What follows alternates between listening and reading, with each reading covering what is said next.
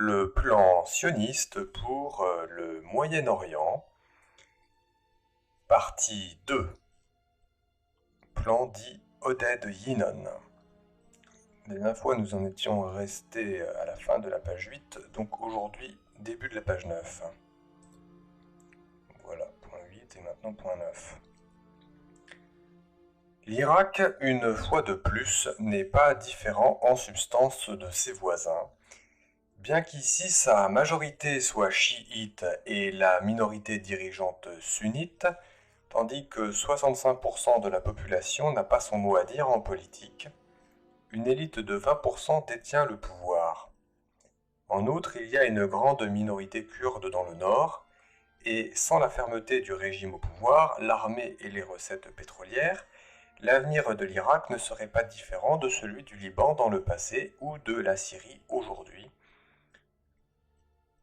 Les germes du conflit interne et de la guerre civile sont déjà apparents aujourd'hui, surtout après l'arrivée de Khomeini au pouvoir en Iran, un dirigeant considéré par les chiites en Irak comme leur leader naturel. Donc je rappelle à ceux qui écoutent la lecture que le livre en question et que le plan en question, ça a été écrit, je crois, début des années 80, donc ça peut dater un petit peu. Point numéro 10. Toutes les principautés du Golfe et l'Arabie saoudite sont bâties sur un délicat château de sable où il n'y a que du pétrole. Au Koweït, les Koweïtiens ne constituent qu'un quart de la population. Au Bahreïn, les chiites sont majoritaires mais privés de pouvoir. Aux Émirats arabes unis, les chiites sont de nouveau la majorité, mais les sunnites sont au pouvoir. Il en va de même pour Oman et le Yémen du Nord. Même dans le Yémen du Sud marxiste, il existe une importante minorité chiite. En Arabie saoudite, la moitié de la population est étrangère, égyptienne et yéménite, mais une minorité saoudienne détient le pouvoir, la famille Saoud. Point numéro 11. La Jordanie est en réalité palestinienne, dirigée par une minorité bédouine transjordanienne, mais la majorité de l'armée et la bureaucratie sont certainement maintenant palestiniennes. En fait, Amman est une ville aussi palestinienne que Naplouse. Tous ces pays ont des armées relativement puissantes, mais il y a un problème là aussi. Aujourd'hui, l'armée syrienne est majoritairement sunnite avec un corps d'officiers alaouites. L'armée irakienne est chiite avec des commandants sunnites. Cela revêt une grande importance sur le long terme et c'est pourquoi il ne sera pas possible de conserver la loyauté de l'armée pendant longtemps, sauf lorsqu'il s'agit du seul dénominateur commun, c'est-à-dire l'hostilité envers Israël. Mais aujourd'hui même, cela est insuffisant. Point numéro 12. À côté des Arabes divisés, les autres États musulmans partagent une situation similaire. La moitié de la population iranienne est composée d'un groupe de langue perse et l'autre moitié d'un groupe ethniquement turc. La population de la Turquie comprend une majorité musulmane sunnite turque, environ 50%, et deux grandes minorités, 12 millions d'alaouites chiites et 6 millions de Kurdes sunnites. En Afghanistan, 5 millions de chiites constituent un tiers de la population. Dans le Pakistan sunnite, il y a 15 millions de chiites qui mettent en danger l'existence de cet État. Point numéro 13. Ce portrait d'une minorité ethnique nationale s'étendant du Maroc à l'Inde et de la Somalie à la Turquie souligne l'absence de stabilité et une désagrégation rapide de toute la région. Lorsque ce portrait est complété par celui de l'économie, nous remarquons à quel point l'ensemble de la région est construit tel un château de cartes, incapable de résister à ces graves problèmes. Point numéro 14. Dans ce monde vaste et fracturé, il y a une minorité de riches et une immense majorité de pauvres. La plupart des Arabes ont un revenu annuel moyen de 300 $. C'est le cas en Égypte et dans la plupart des pays du Maghreb, à l'exception de la Libye et de l'Irak. Le Liban est déchiré et son économie tombe en lambeaux. C'est un État dans lequel il n'y a pas de pouvoir centralisé, mais seulement 5 autorités de facto, à savoir les chrétiens dans le nord, appuyés par les Syriens et sous la domination du clan Frangé. À l'est également une zone de conquête syrienne directe. Dans le centre, une enclave chrétienne contrôlée par les phalangistes. Dans le sud et jusqu'à la rivière Litanie, une région majoritairement palestinienne contrôlée par l'OLP, c'est-à-dire l'Organisation de Libération de la Palestine. Et enfin, l'État chrétien du Major Haddad, peuplé aussi d'un demi-million de chiites.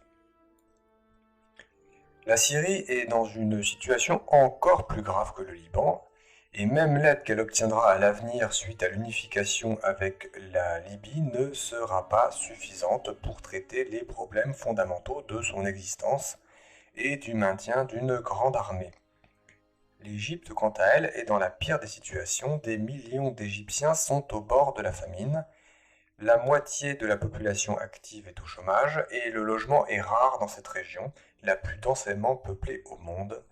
À l'exception de l'armée, aucun ministère ne fonctionne efficacement et l'État est en situation de faillite permanente et dépend entièrement de l'aide étrangère américaine accordée depuis la paix.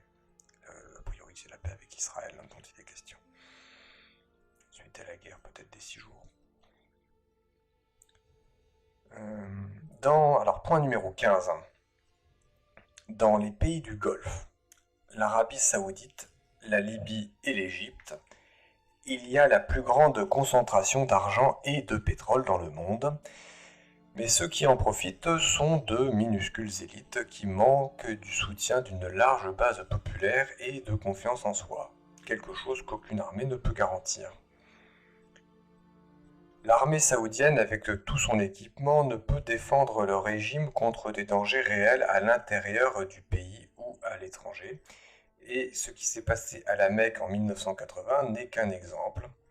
Une situation sombre et très houleuse entoure Israël et crée des défis pour elle, des problèmes, des risques, mais aussi des opportunités de grande envergure pour la première fois depuis 1967.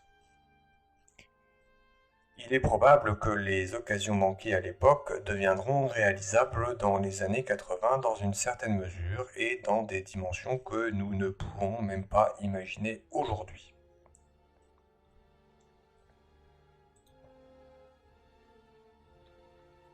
Point numéro 16. La politique de paix et de rétrocession des territoires due à notre dépendance vis-à-vis des États-Unis, empêche la réalisation de la nouvelle alternative qui s'offre à nous. Depuis 1967, tous les gouvernements d'Israël ont lié nos objectifs nationaux à des besoins politiques étroits, d'une part, et d'autre part à des opinions publiques internes destructrices qui ont neutralisé nos capacités tant au niveau national qu'à l'étranger.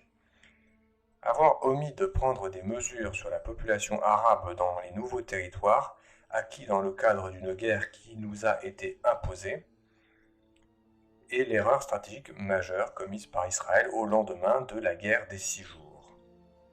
Nous aurions pu nous épargner tous les conflits amers et dangereux depuis lors si nous avions donné la Jordanie aux Palestiniens qui vivent à l'ouest du Jourdain. Ce qu'on appelle la Transjordanie ou la Cisjordanie en fonction de votre appartenance politique.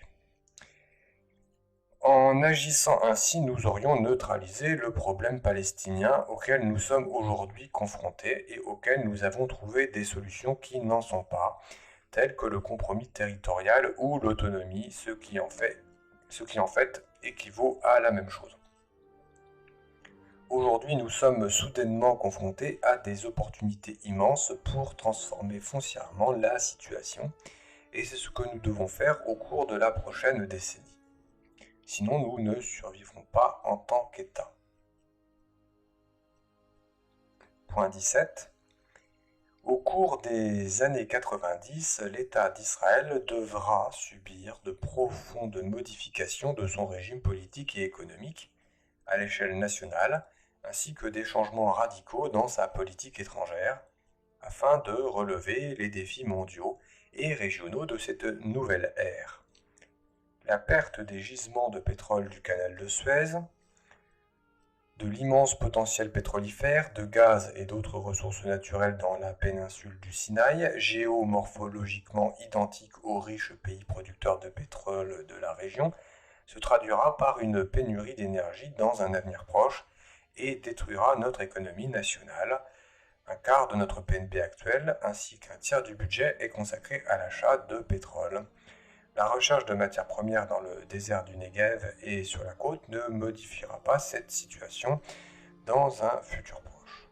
Oui, alors il faut se rappeler qu'Israël, suite à la guerre, je crois, des 6 jours, avait pris tout simplement la péninsule du Sinaï et en fait avait arrondi son territoire. Et ensuite ils étaient revenus et on a réduit un petit peu leur territoire. Mais donc il y a eu conquête militaire par Israël suite à une coalition arabe portée contre Israël. Voilà.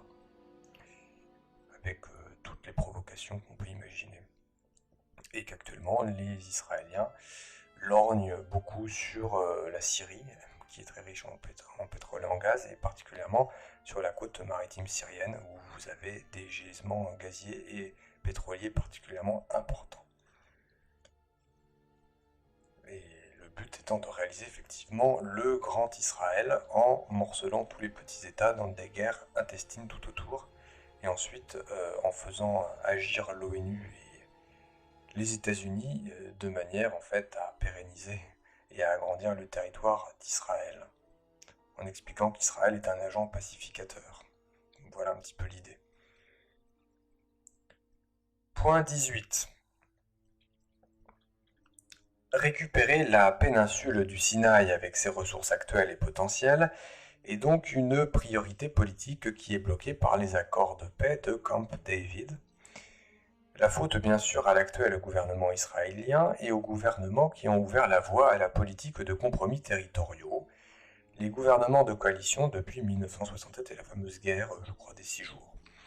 Les Égyptiens n'auront pas besoin de respecter le traité de paix après la restitution du Sinaï et ils feront tout leur possible pour revenir au bercail, au sein du monde arabe et dans les bras de l'URSS afin d'obtenir l'appui et l'assistance militaire. Parce qu'il faut bien comprendre que tous ces pays arabes qui entourent Israël, dans une bonne partie, en fait, étaient alliés avec l'ex-Union soviétique, c'est-à-dire l'URSS. Et qu'à la chute de l'URSS, ces États arabes se sont retrouvés dans une très mauvaise situation. Et si on en est aujourd'hui avec des guerres partout, en Irak, en Syrie, la chute de l'Égypte, les problèmes de dictature avec les frères musulmans, puis la junte militaire, c'est précisément à cause de l'effondrement de l'Union soviétique qui aidait en fait tout simplement ces pays arabes face à Israël. Voilà. Et qu'avec l'arrivée de Vladimir Poutine et le renforcement de l'armée russe actuelle, on assiste en fait au retour d'une politique arabe, on va dire, au Moyen-Orient, et impulsée par les Russes en grande partie. Et c'est pour ça que ça fait tellement peur, c'est pour ça que Poutine et la Russie font tellement peur en fait aux Israéliens, et qu'ils expliquent que Poutine et la Russie sont le prolongement de l'Union soviétique, et que c'est le fameux Gog et Magog de la bataille de l'Armageddon. Il suffit d'écouter les rabbins juifs pour le voir. Je mettrai ça dans une autre vidéo. Alors, je continue la lecture. L'aide américaine est garantie seulement pour une courte durée car les conditions de la paix et l'affaiblissement des États-Unis tant au niveau national qu'à l'international entraîneront une diminution de l'aide.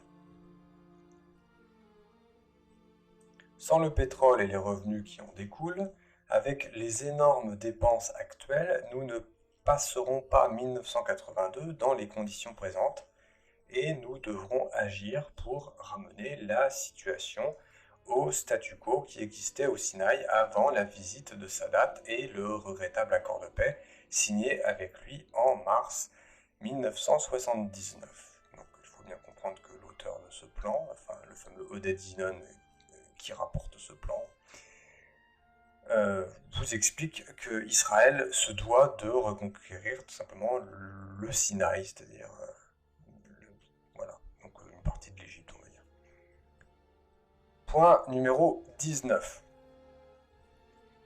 Deux voies principales s'offrent à Israël pour réaliser cet objectif, l'une directe et l'autre indirecte.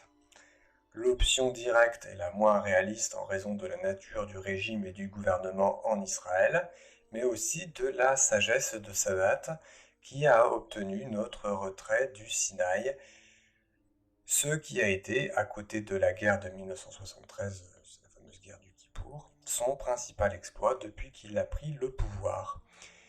Israël ne rompra pas unilatéralement le traité, ni aujourd'hui, ni en 1982, à moins d'être contraint économiquement et politiquement, et que l'Égypte fournit à Israël le prétexte pour reprendre possession du Sinaï pour la 4e fois de notre courte histoire. Ce qui reste donc, c'est l'option indirecte, à savoir la situation économique en Égypte et la nature du régime et sa politique pan-arabe entraîneront une situation après avril 1982 dans laquelle Israël sera forcé d'agir directement ou indirectement afin de reprendre le contrôle du Sinaï en tant que réserve d'énergie stratégique et économique à long terme. L'Égypte ne constitue pas un problème militaire stratégique en raison de ses conflits internes et elle pourrait être ramenée à sa situation de guerre post-1967 en pas plus d'une journée.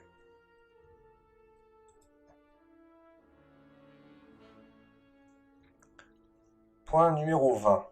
Le mythe de l'Égypte en tant que leader puissant du monde arabe a été démoli en 1956 et n'a certainement pas survécu à 1967.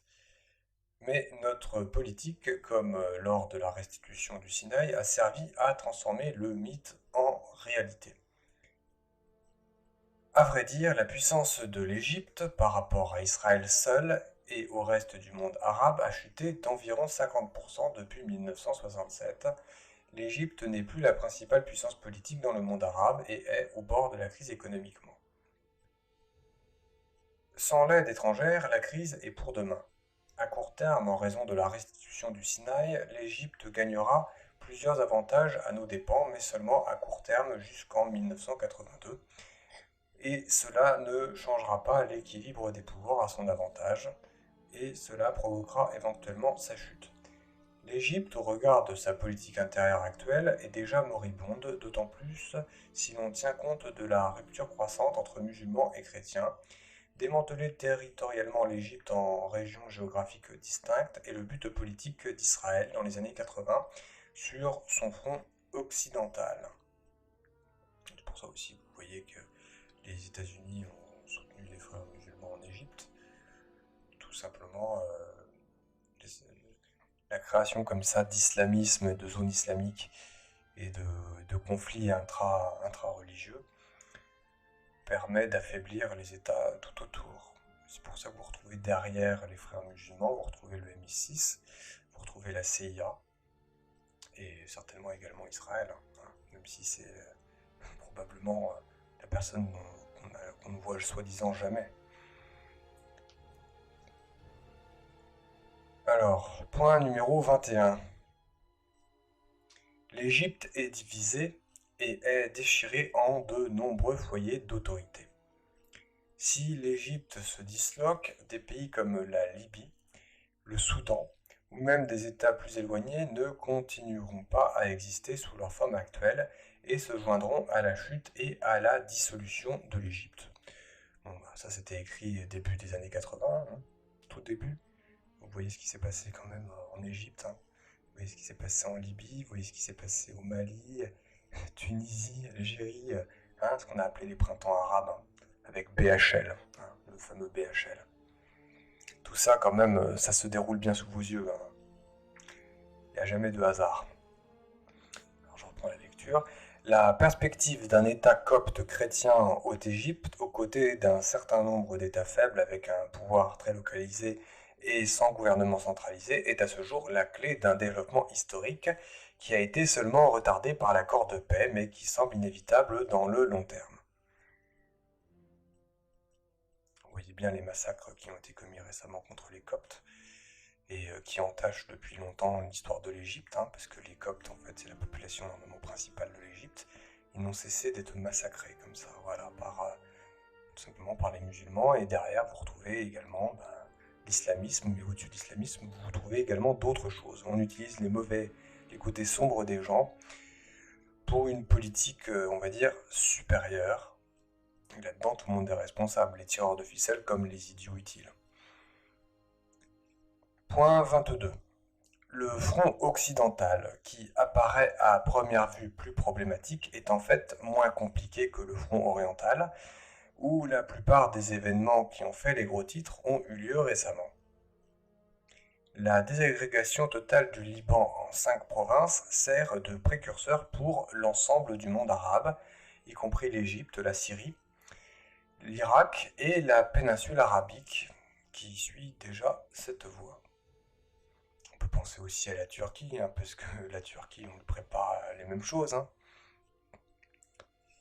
La balkanisation de la Syrie et de l'Irak, plus tard en des zones ethniquement ou religieusement homogènes comme au Liban, est la principale cible d'Israël sur le front de l'Est à long terme, tandis que la dissolution de la puissance militaire de ces États sert d'objectif à court terme. La Syrie se décomposera en fonction de sa structure ethnique et religieuse en plusieurs États comme le Liban actuel, de sorte qu'il y aura un État alawite chiite le long de ses côtes, un État sunnite dans la région d'Alep, un autre État sunnite à Damas, hostile à son voisin du nord, et les Druzes qui vont établir un État, peut-être même dans notre Golan, et certainement dans le Oran et au nord du Jourdain. Cet état de fait sera la garantie de la paix et de la sécurité dans la région à long terme, et cet objectif est déjà à notre portée aujourd'hui. Voilà, donc la vision d'Israël, c'est de jouer les agents pacificateurs dans la région, après avoir tout détruit avec leur golem, le golem qui est les États-Unis, qui sont pilotés par qui vous savez. Je viens de regarder les finances. À titre d'exemple, amusant ou désolant comme vous voulez, alors aujourd'hui nous sommes le 14 avril 2017, les États-Unis ont lancé une bombe, je crois, en Afghanistan, sur des anciennes grottes djihadistes, moudjahidines ou quelque chose comme ça, des grottes construites par la CIA dans les années 80 pour aider donc ces fameux fondamentalistes à lutter contre l'invasion soviétique. Et donc les États-Unis ont détruit là les grottes qu'ils avaient construites pour ces fondamentalistes en utilisant une bombe qui fait 10 000 tonnes, qui s'appelle la bombe qu'ils ont appelée la mère de toutes les bombes. Sympathique, ça c'est son nom pour tout le monde. Ensuite, elle a un autre nom, on va dire, plus technique. Et sinon, en abrégé, ça s'écrit Moab, M-O-A-B. Vous savez, c'est le nom d'un peuple de l'Ancien Testament qui s'en prenait continuellement à Israël, la mère de toutes les bombes. C'est-à-dire qu'on a balancé la bombe Moab sur des populations,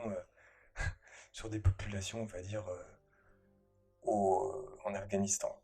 C'est quand même assez balèze d'avoir appelé cette bombe Moab. Voilà, c'est l'ennemi héréditaire d'Israël. Voilà. C'est un petit clin d'œil pour se foutre du monde. Vous irez regarder les photos de la bombe avec marqué Moab dessus. Point numéro 23. L'Irak, d'une part riche en pétrole et d'autre part déchiré intérieurement, est assurément un candidat parmi les cibles d'Israël. Son démembrement est encore plus important pour nous que celui de la Syrie. L'Irak est plus fort que la Syrie. À court terme, c'est la puissance irakienne qui constitue la plus grande menace pour Israël.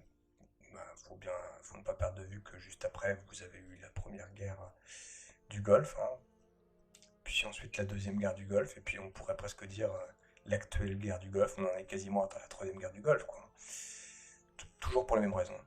Alors il dit là, le Odadinon, l'Irak est plus fort que la Syrie. À court terme, c'est la puissance irakienne qui constitue la plus grande menace pour Israël. Une guerre irako-iranienne va déchirer l'Irak et causer sa chute en son sein, avant même qu'il ne soit capable d'organiser un conflit sur un large front contre nous. Ne jamais oublier qu'on a embêté Saddam Hussein avec des soi-disant armes chimiques, fournies naturellement par les États-Unis, les gazages soi-disant contre les Iraniens ou inversement. On s'aperçoit qu'à chaque fois, les stocks de gaz proviennent toujours des mêmes personnes. Il faut dire tout simplement des États-Unis. Puis on accuse les gens de crimes chimiques. C'est les fameux hoax au gaz. On en est à je ne sais plus combien de hoax au gaz, un peu partout dans le monde. Avec un principal événement. Le hoax au gaz, c'est quelque chose. Ça revient tout le temps. Vous avez le camp du bien et le camp du mal. Le camp du mal utilise le gaz, c'est bien connu. Tout type de confrontation interarabe nous aidera à court terme et raccourcit le chemin vers l'objectif plus crucial de la dislocation de l'Irak, en mosaïque confessionnelle comme en Syrie et au Liban. En Irak, une division en provinces selon des lignes ethniques ou religieuses, comme en Syrie, pendant l'époque ottomane, est possible. Il faut revoir donc les cartes que je vais mettre en début et en fin de vidéo sur ce qu'on appelle le Eretz Israël. Ils veulent tout simplement un État d'Israël, on va dire, de la partie est du Nil jusqu'à l'Euphrate, c'est-à-dire une partie de l'Égypte, jusqu'en fait à la partie, on va dire, ouest de l'Irak. Donc du Nil à l'Euphrate. Voilà le Grand Israël qu'on appelle donc Eretz Israël, qu'on peut retrouver sur la pièce de shekel, c'est-à-dire les shekels, c'est la monnaie israélienne. On peut voir ce plan du Grand Israël. Ce plan qui est donc ici dévoilé sous vos yeux avec le plan Oded Yinon, traduit, je le rappelle, par Israël Shahak. Voilà, et donc ce que je suis en train de lire, c'est une transcription par Israël Shahak. Je pense que ça a été retraduit vers le français, parce que je pense qu'Israël Shahak avait traduit de l'hébreu vers l'anglais, et qu'ensuite il y a un gentil traducteur qui a traduit de l'anglais vers le français. À confirmer. Tout type de confrontation interarabe nous aidera à court terme et raccourcit le chemin vers l'objectif plus crucial de la dislocation de l'Irak en mosaïque confessionnelle comme en Syrie et au Liban. En Irak, une division en provinces selon des lignes ethniques ou religieuses comme en Syrie pendant l'époque ottomane est possible. Ainsi, 3 ou plus États existeront autour des 3 villes principales, à savoir Bassora, Bagdad et Mossoul, et les régions chiites au sud se sépareront du nord sunnite et kurde. Il est possible que l'actuelle confrontation irano-irakienne intensifie cette polarisation. Voilà, donc la grande crainte, en fait, c'est que les sunnites et les chiites arrivent à s'allier contre l'État d'Israël. C'est la grande crainte d'Israël. Les sunnites et les chiites sont tellement bêtes qu'actuellement ils se tapent dessus. Bon, moi je vous le dis, moi je suis chrétien. Ils se tapent dessus. Ils sont effectivement instrumentalisés. On peut penser ce qu'on veut des sunnites et des chiites. Moi personnellement, je suis anti-islam et je n'aime pas du tout la religion musulmane. Mais il faut bien avouer que derrière, il y a quand même de la grosse manipulation et un problème d'argent. Si les sunnites et les chiites pouvaient s'allier pour enterrer la hache de guerre, ce serait quand même une bonne chose. C'est la plus grande des craintes d'Israël, et en même temps, d'un point de vue biblique, messianique, juif, ils craignent l'alliance sunnite et chiite au sein d'une grande coalition internationale menée par, on va dire, menée par Poutine et la Russie qu'on appelle Gog et Magog. Voilà, ils craignent une alliance des peuples de la Terre contre leur micro-État. Et ils s'imaginent que tel Gédéon dans l'Ancien Testament, ils viendront à bout de toutes les armées coalisées dans le monde. Et en fait, ils pensent même qu'à terme, les États-Unis s'allieront avec les Russes pour leur faire la peau. Voilà la grande crainte d'Israël. Bon, je ne suis pas vraiment spécialiste de tout ça, mais c'est ce qui ressort quand même de tout ça. Voilà, donc c'était la fin de la partie 2. N'hésitez pas à laisser des commentaires, à mettre des pouces sous la vidéo, à liker la vidéo, ça m'encourage, je vous remercie. Et donc la prochaine fois, ce sera la partie 3 et je terminerai a priori ce plan Oded-Inon. Et ensuite, j'ai d'autres projets toujours un peu sur ce thème-là. Je pensais aussi peut-être vous parler de Sun Tzu et de l'art de la guerre, ou même peut-être de Clausewitz qui parle de la guerre. Voilà. Pour parler un peu de stratégie, parce qu'il y a la stratégie diplomatique, la stratégie guerrière. Je pense que c'est très intéressant pour comprendre l'actualité, y compris l'actualité diplomatique, avec toutes les négociations à l'ONU. Voilà. Bien à vous, bonne journée.